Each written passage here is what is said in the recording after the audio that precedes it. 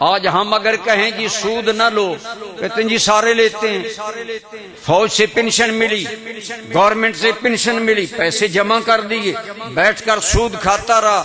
جی تم مجھے کہتے ہو سارا جہان سود لے رہا ہے، ہم دلیل بناتے ہیں سارا جہان یہ کر رہا ہے، سارے جی یہ گناہ کر رہے ہیں۔ انشورنس جی سب نے کرا رکھی ہے، میں نے کرائی۔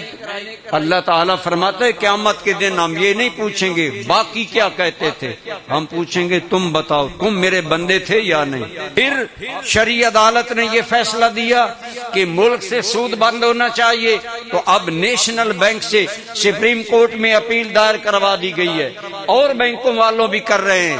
اگر موجودہ حکومت چاہے تو وہ اپیل واپس ہو سکتی ہے۔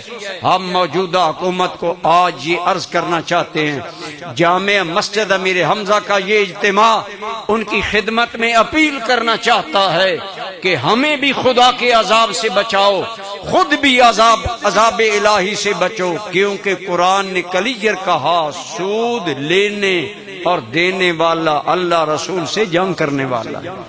اب شرعی عدالت نے حکم دیا کہ سود ختم ہونا چاہیے، پھر نیشنل بینک کے ذریعے انہوں نے اپیل کروا دی۔ یہ اپنے آپ کو بھی برباد کر رہے ہیں اگر ایسا کریں گے، اور ملک کو بھی۔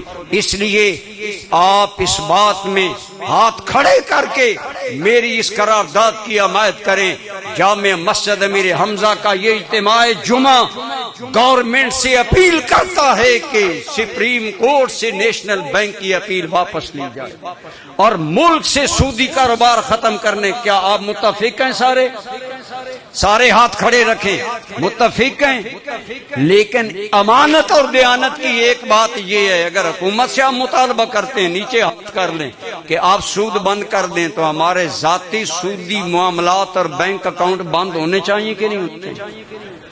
ہر مسلمان کا فرض ہے اپنے ذاتی سودی اکاؤنٹ بند کرے، یہ جو فکس بچت لیتے ہیں یہ بند کریں، ان حرام کاموں سے خود بھی توبہ کریں، حکمرانوں سے بھی عرض کریں۔ اللہ کی قسم، اللہ کا وعدہ ہے، جہاں میرے بندے مجھ سے ڈر کر میری بات مانتے ہیں، میں ہر مشکل سے نکلنے کے اسباب پیدا فرماؤں گا۔